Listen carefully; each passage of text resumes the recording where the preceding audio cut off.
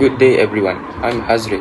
Me and my friends are making a presentation on a topic that is closely related to a core subject that we are currently studying, which is Physics 310 or Modern Physics. Today, we are exploring the engines of the cosmos nuclear reaction in stars. At its core, the primary mechanism powering any star is nuclear fusion. Inside this incredibly hot and pressurized core of a star, hydrogen nuclei are squeezed together to form heavier helium through what we call the proton-proton cycle. This reaction releases a colossal amount of energy. It is this outward energy pressure that opposes gravity, keeping the star stable and keep shining for billions of years and making it the cornerstone concept in modern astrophysics and stellar evolution. But why is this physics so relevant to us? Because stellar nucleosynthesis is the ultimate cosmic factory. Every single element in the universe heavier than hydrogen and helium was forged inside a star. The carbon in our cells, the oxygen we breathe, and the iron in our body were all created in stellar cores. When massive stars end their life, they scatter these elements across space, eventually forming planets like Earth and life itself. To truly understand stellar fusion is to truly understand our own cosmic origin. We are, quite literally, made of star stuff. Of course, researching this topic presented a significant interdisciplinary challenge. To fully grasp stellar reactions, we had to bridge nuclear physics and thermodynamics, astrophysics, and quantum tunneling. For instance, we had to look at quantum tunneling to understand how protons overcome electrostatic repulsion to fuse at temperatures that would classically be too cold. Our solution to this complexity was a highly structured, layered learning approach.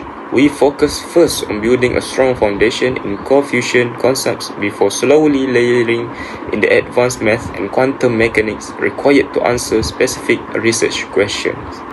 And lastly, from me, to ensure our findings were accurate and robust, our research methodology relied entirely on credible secondary sources. We gathered, organized, and simplified data from highly respected scientific and educational platforms, including NASA, Encyclopedia Britannica, and Hyperphysics. By distilling these complex academic resources, we were able to synthesize a comprehensive, clear, and evidence-based overview of a stellar nuclear physics. Next, we will move forward to my friend.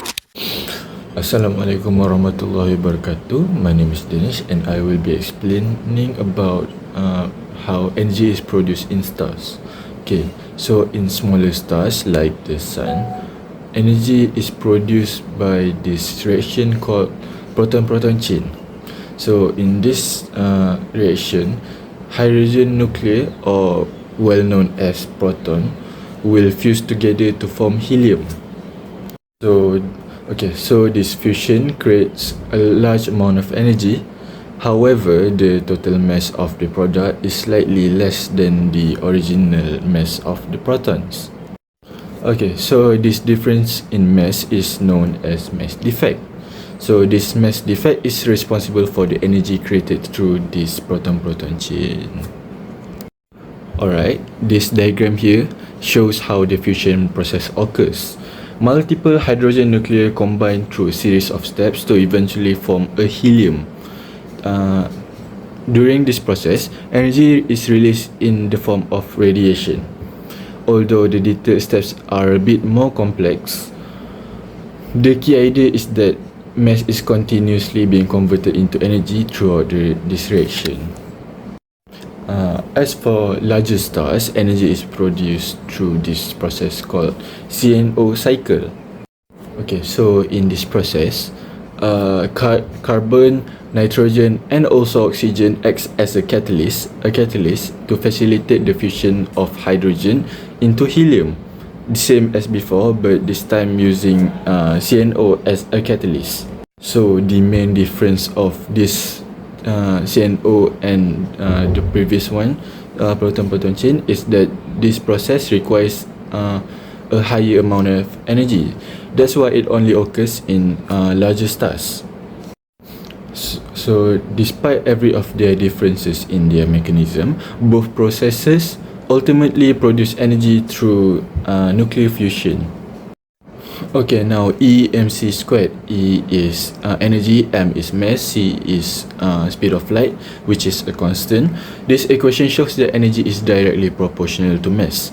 Even a very small amount of mass can be converted into a large amount of energy because it is multiplied by the square of the speed of light, which is c.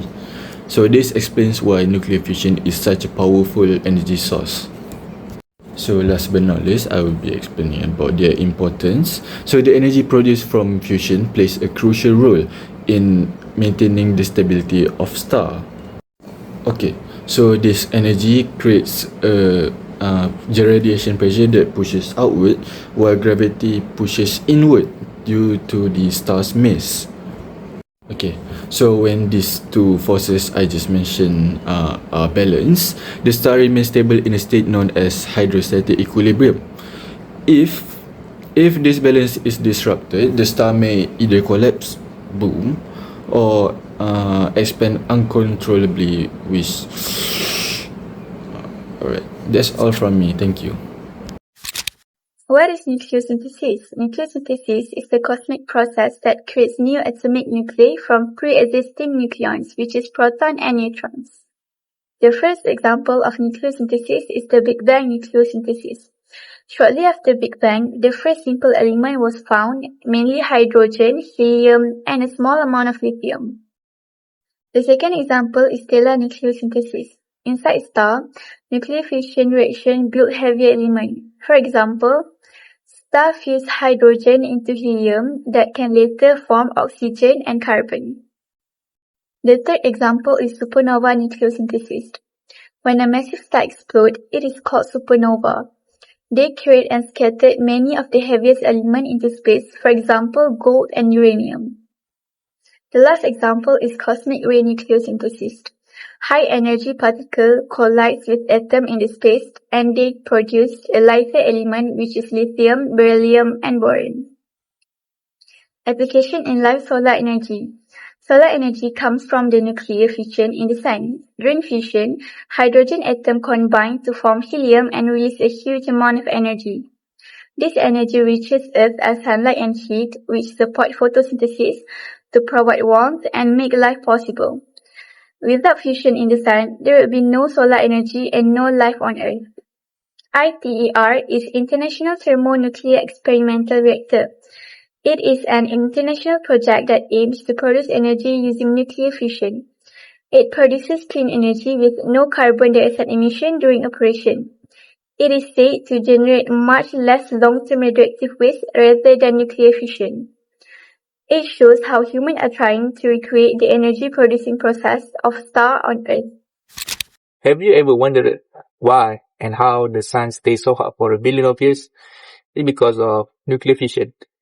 For a long time, we tried to do the same thing on Earth to get a clean energy.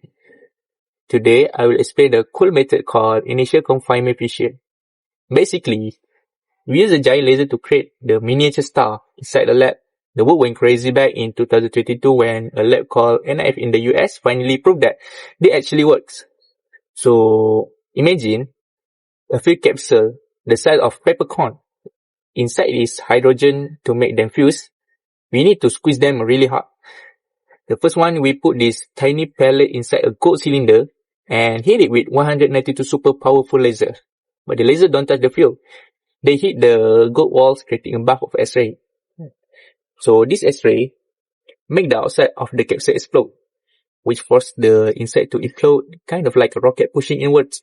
It gets so dense and so hot over 100 million degrees that the atom have no choice but to join together and boom. You get a massive burst of energy. So actually, this energy comes from Einstein's famous formula.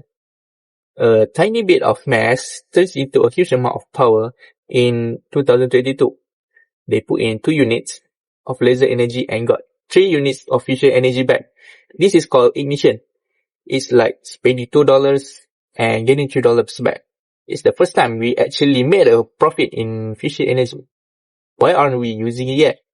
Well, we have 3 big headaches. So the first one is efficiency. The laser itself is a power-hungry monster. It needs a lot of electricity just to fire once. Second one is price. Right now, those tiny fuel pellets are handmade and super expensive. We need them to be cheap, like popcorn. The last one is heat. Nothing on Earth can stay at 100 milli-degrees for long without melting the machine. We need a super material to fix this. So to wrap up, fish is just science fiction anymore. We've proved the physics works. Now we just need the engineer to make the fast and cheap. Assalamualaikum and good day everyone. Today, I will explain the career opportunities and self-development aspect related to quantum physics. So, quantum physics opens many exciting career paths. Some examples include you can becoming an astrophysicist, nuclear engineer, or plasma physicist. These professionals contribute to important fields such as space exploration, nuclear energy production, and advanced technology research. To succeed in these careers, several important skills are required. First, individual should have programming skill, especially in software such as Python or MATLAB, which are commonly used for simulation and scientific calculation. In addition, strong data analysis skills and a deep understanding of quantum mechanics are essential. Continuous self-development is very important in this field. Science and technology are constantly evolving, so professionals must keep update their knowledge. This can be done by reading scientific journals, attending seminars, participating in workshops, and learning about the latest research development. For example, journals such as Nature Physics provide valuable information on current discovery and innovation. However, pursuing a career in this field comes with challenge. Competition is often high, and research projects may require significant funding and resources.